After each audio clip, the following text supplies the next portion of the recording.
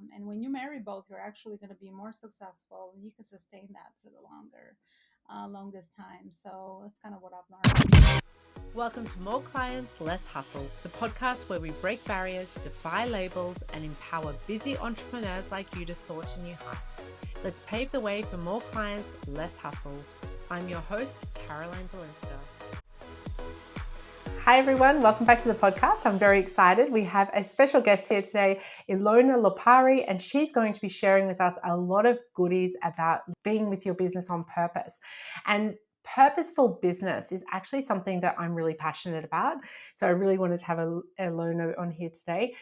For me, I have got my other podcast, Life on Purpose Over 40, and I created that podcast because I really wanted to talk about living purposefully. And I think that it's very important in business. And I think that we can make money, we can create a business that makes us a lot of money, and we can live our life on purpose and not feel like we are giving ourselves to the devil. So, Elona, thank you for joining us. I'm really excited about this conversation. So nice to have you here.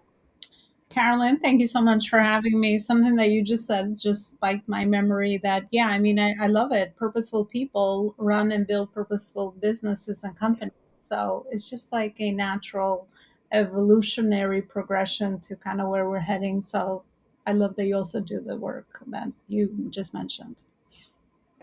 Yeah, and I think some people get really stuck on the fact that, before we get into the questions, I just sort of, while we're on this topic, I think people really get stuck on the feeling that they're either there for the money or they're there for the doing good for people, and they don't understand that you can do both and you don't have to feel guilty about it. So I don't know if you've got something to add to that. Yeah, absolutely. And that was my challenge as well, thinking in very black and white terms in life, right? But when you kind of understand that there's so many nuances and life is very colorful, you can absolutely align and merge both of those, so that you are still very profitable, but you're also doing work you love and it's actually creating. It's being in service and in contribution towards someone else. And when you marry both, you're actually going to be more successful. You can sustain that for the longest time. So that's kind of what I've learned. Do you want to give us a little bit of a background on your situation of how you actually got here? What's the reason that you found this so important? Yeah, I think I could start with my unfulfilled corporate career. I climbed the corporate ladder for many years in a Fortune 500 company. I was very blessed and happy for many years. Did various roles for this company until it turned into a very profit driven company. It was acquired by another company. So the leadership changed, the culture changed, the values of kind of how the company was operating were definitely not in alignment with me. And that's kind of where I had to make a decision around, okay, so what's my future going to look like? I was always a very future oriented person. I always like thought ahead, with goals and things that I wanted to do.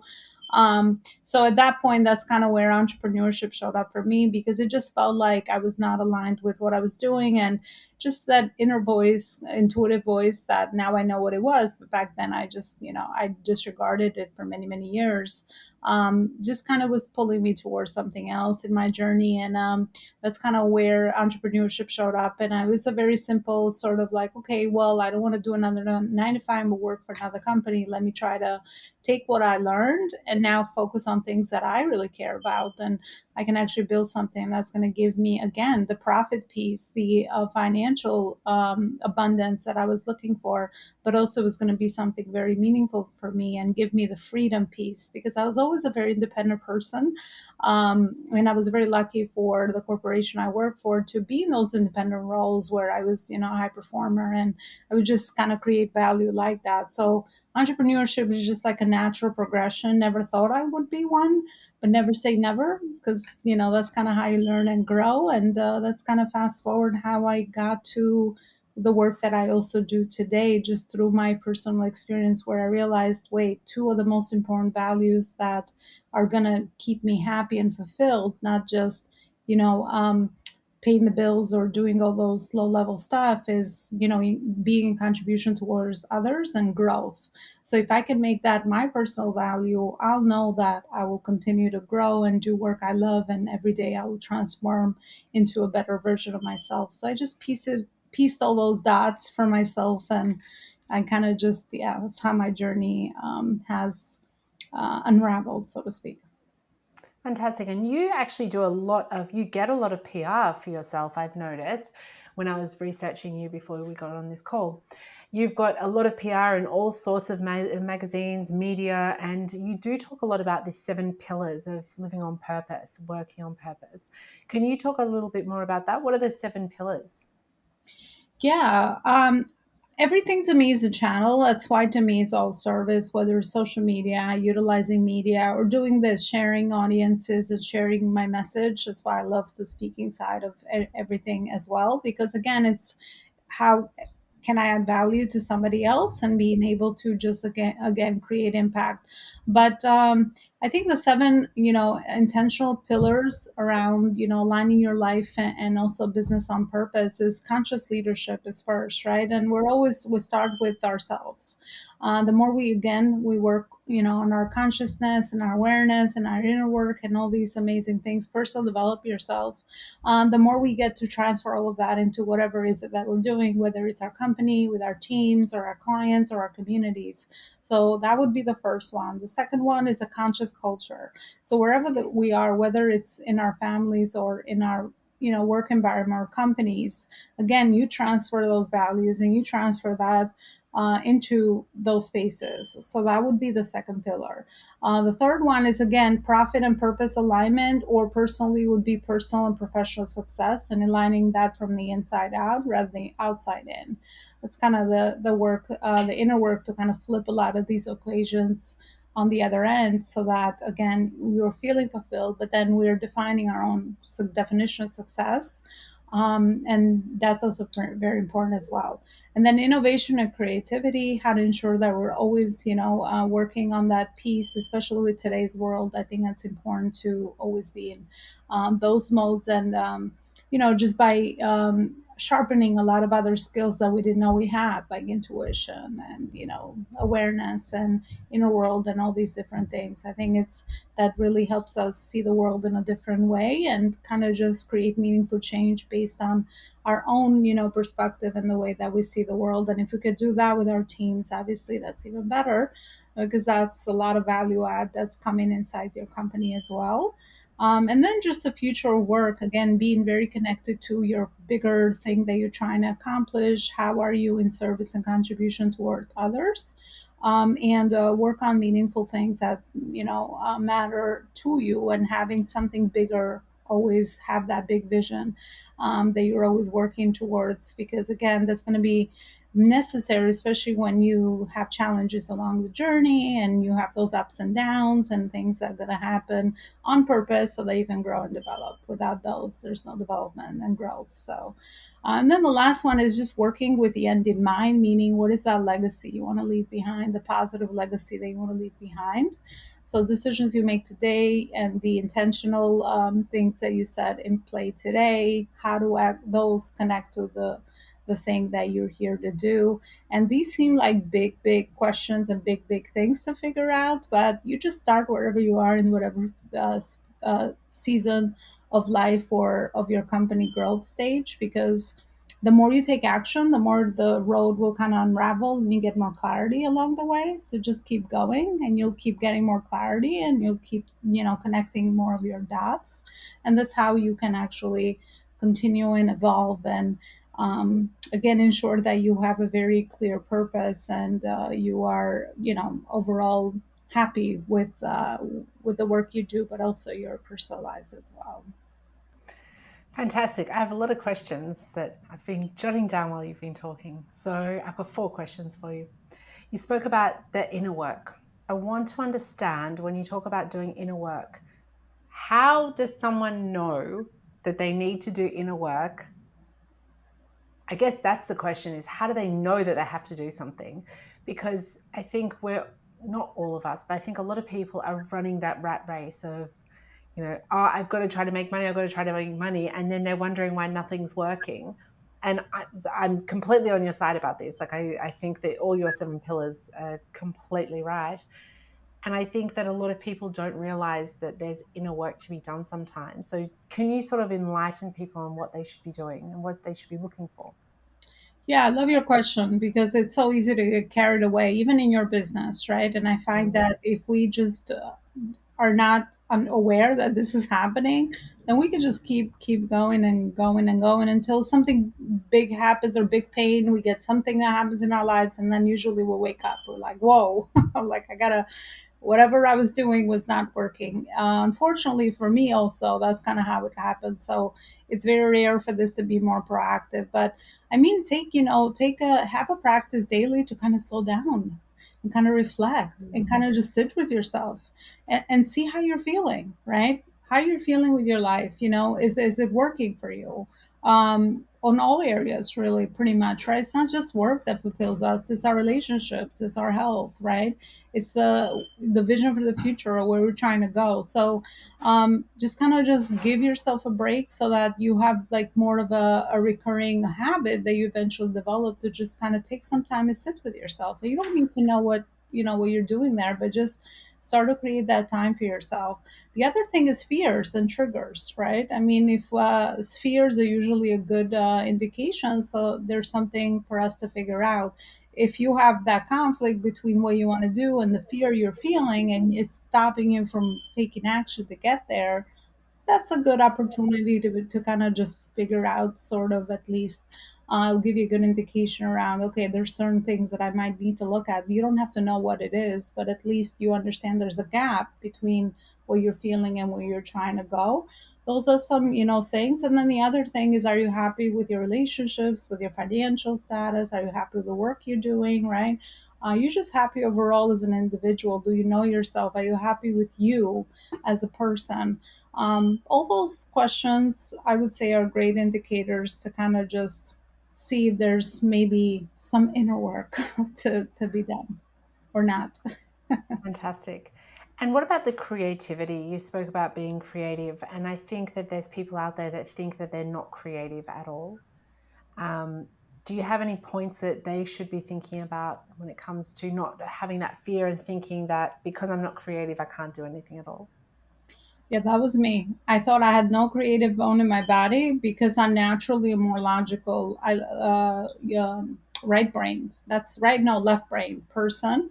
I also thought, I'm because I also was in an environment where that was not really being nurtured, right? Which, for my talking about back to my corporate experience. So, and of course, I didn't know what I didn't know and how to even what was inside of me.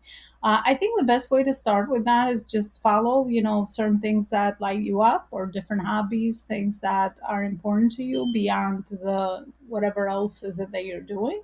And then through those activities, you start to figure out, what you like and what you don't like, so that you start to kind of wake up this thing that's already in all of us. And then the more you kind of do that, the more you can stress yourself with kind of trying something new. And it all stems from new activities. It could be your business could pull you from a lot of people. Business is a great motivator just to really feed and kind of develop our creativity, because it's you were always figuring out something new, and you're always putting yourself out of your comfort zone, and you're talking and doing things and talking to other people that you wouldn't have maybe had a chance to do that before. So I think, just try new things. And then the more you try new things, the more you kind of just follow the next step based on kind of where you're trying to go. And then always connect that with the bigger vision that you have for your personal and professional life. And then just keep following that and keep following things that you like to do. And I also figure out something else in my personal life, which is, if something is attracting me, that means it's already sitting inside of me. So if someone, this person is saying something that is very kind of, I'm just listening and it's pulling me in, definitely those are things that are already sitting inside of you and they just need to be realized. So just pay attention to who you resonate with, messages that come on, towards you, or areas of life or hobbies or things that are important to you. And those are great, starters. And then the rest is just developing it, just like anything. The more you leverage it, the more you will build on your creativity. I love that. It makes me think about my own situation because I was a hair and makeup artist. So everyone assumes that I must be really creative. And I'm terrible at drawing. Like literally, I have a 4-year-old daughter, and she's like, "Mummy, what are you drawing? That is not a dinosaur. That is not a boat. That is not a car." Like literally, I'm terrible. But I'm good at hair and makeup. I also remember years ago, 20 years ago, I bought myself like this really fancy camera, and I decided I was going to become this, like, do photography as a hobby. Never actually turned that camera on. Like it was a $2,000 camera, never turned it on. And then when I had my daughter, I bought a course, a photography course, saying, I'm going to finally take good photos. So I've got beautiful photos of my daughter. I literally never opened that photography course. And I'd love to have good photos, but there's just something in me that just does not drive me. And it's like what you were saying, like if something's driving you towards it, then you've probably got it. Whereas I think I was forcing myself into the photography things as sort of like, well, it's part of what, I was a hair and makeup artist, so it should be part of what I do because I worked on film and TV. But I think that understanding that even if certain things are not okay for you, or you don't get good at them, or you don't want to do it in the end, don't think that nothing else is, don't think it's a blanket statement. It doesn't mean that all creativity is bad. I think looking for it, you'll find other things in there. There's so many different parts of creativity that can really jump out at people. Yeah, I love what you said because you're also reminding me of a lot of my own ways of older thinking where you had to be like the next logical step, meaning, Yeah. okay, so for you, it's like I do here and that. So, okay, now what, maybe photography. Photography could be the next thing that I actually explore.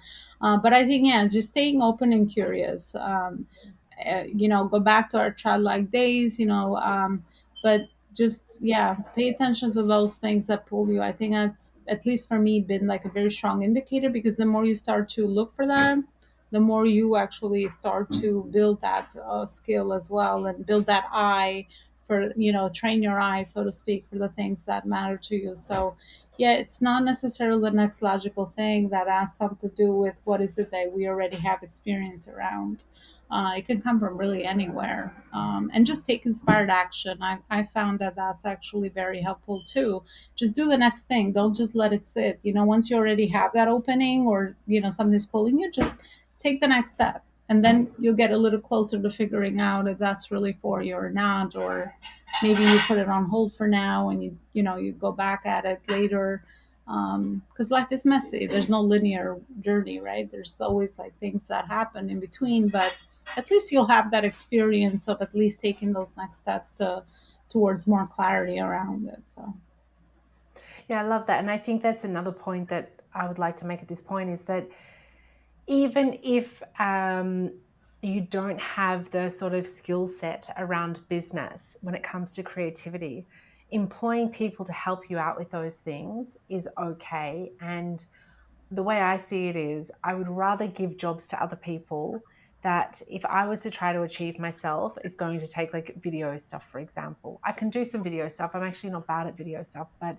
the time it takes me to do it, I might as well pay someone else because my time is more valuable than that time of getting someone else to do it.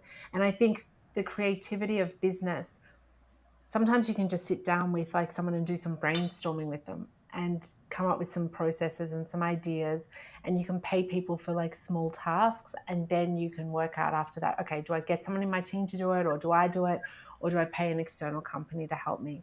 So I think that being fearful of creativity is not something that should hold people back. no, I think it's the only way to grow, honestly, for you to be able to complement your own skills, abilities, gifts, experience with other people's, right? I mean, that's the only way that we can um, buy back a lot of our time because it's only 24 hours, especially when it comes to business, and seeing that as a necessary thing. Because one of the things that I always say is time is our most important scarce commodity that we don't get back, right? So focusing on the things that matter to us is more important than kind of trying to be the jack of all trades and do everything that we need to do, because that's going to come at a cost, obviously. So why not open up those opportunities to other people that have those gifts and experiences, and that's part of their path as well. And that's the only way to scale at the next level. Otherwise, you'll just be, your world will be small. You'll only will have a limited amount of hours in a day, and especially in business, you'll have like a more than a full-time job, and you're going to start to hate your purpose, so to speak, or the work that you do, or your business overall. So yeah, it's, Yeah, I love that. And you spoke about legacy as well. Um, how would how would a person starting a business or in a business already, how should they think about legacy? I had this conversation actually, and this is why I find it really important. I actually had this conversation with a friend of mine the other day, and she was discussing whether she should set up her business in her own name or in a like a business name. And the first thing I said to her, whether your like domain is your name or your business name, one of the big things that I worry about having it in your own name is if you ever want to retire or if you want to sell your business, when it's in your own name, it's much harder to work with that. You're better off building a brand like than trying to build your own name. So that's one thing. And in her situation, she's actually got some illnesses. So for her, she's going to at some stage need to stop working. So I was trying to explain to her, she wants to build a legacy to leave something for her children, but she also has to look at that, how long is that process and then what does that look like? So if there's people out there that are thinking, I want to build a legacy, how, I guess, what are a couple of things they should really be thinking about making that happen, and how soon in the process is that important?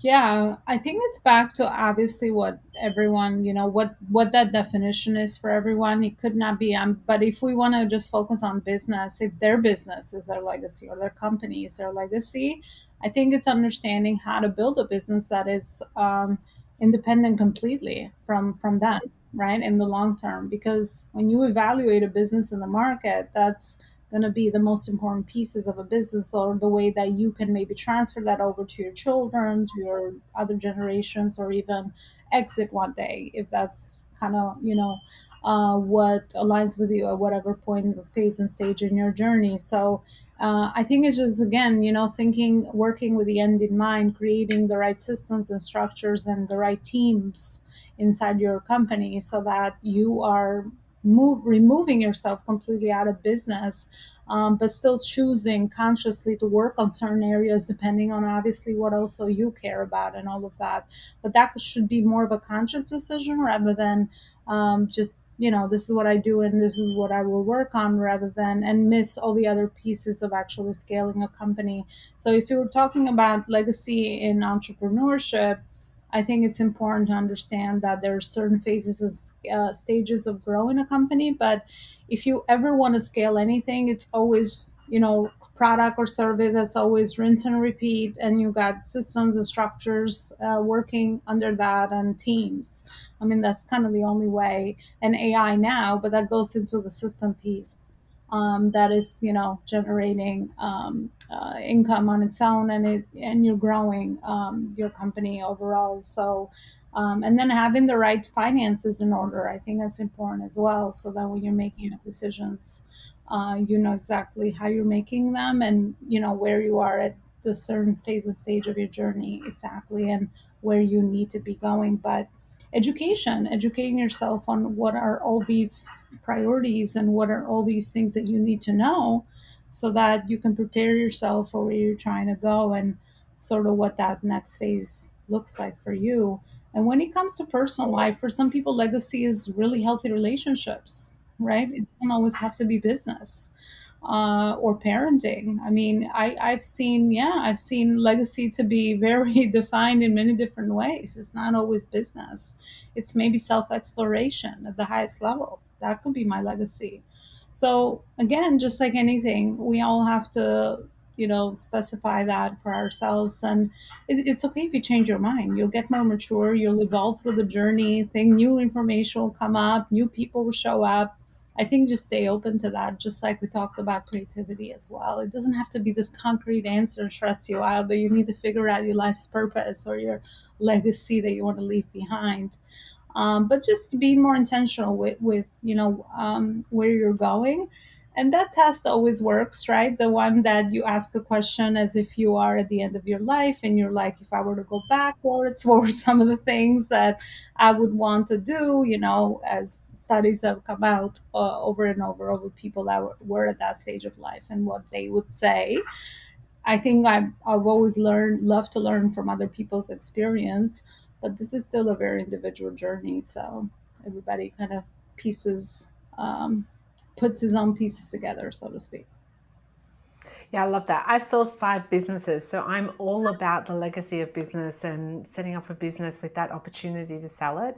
My last business, I had no intention of selling, but at the end of my pregnancy, I was in a situation where I wasn't like able to even walk. So I realized that I really needed to take some time off, and then I decided I'm going to just spend time. The first few years of my daughter's life, only concentrating on her. And I know my personality. If I would have kept my business, I would have still been working in it. Mm. So at that stage, it was like a very, very quick, just one day I was like, I'm going to sell my business. And if I had not set that up as a independent business to run independently, I wouldn't have had that opportunity to sell like I did. So, and same with the other 4 businesses before that, I'd set up those ones in with the opportunity to sell as well. So I'm all about setting up a business with that. I guess maybe that's how I live my life, is always be ready for plan B, C, or D. You just never know what's going to happen. And it doesn't mean that you have to like stress about it. It just means like have that, openness to something changing. I Yeah, wanted that's to why I've also been a student of, a life student, I call myself, and even my company is called a life school because I think it's education is very important, right? The more you know, the more you can make those decisions ahead of time and know exactly, so that you can prepare yourself for whatever happens in your life because we don't know, obviously we don't know how we're going to feel. Like right now I feel like that's my baby and I'm never going to, exit, but you just never know what life throws towards you in your journey, and you might make that decision later on. And but again, you don't want to say, "Well, I wish I would have this and that," right? So, yeah, I think it's kind of education is very important because the more you know, the more you can make the right decisions. So. And tell me more about how to align your purpose with profit. Yeah, I think it's really just like personal life. So once a company is really clear on the impact that it creates towards others, the service aspect, you can have a service or a product because hopefully each one of those has an impact on your consumer or your client. Clarifying the values, right? What are important to the company, and then ensuring that your culture is very healthy. It's people feel safe, people have opportunities to grow, your team has opportunities to be able to contribute beyond themselves, receive regular feedback, they're always they can be creative, they can add value, they have ownership and accountability, right? They feel like whatever they're doing is very important and they're owning the pieces of whatever roles and responsibilities they're part of.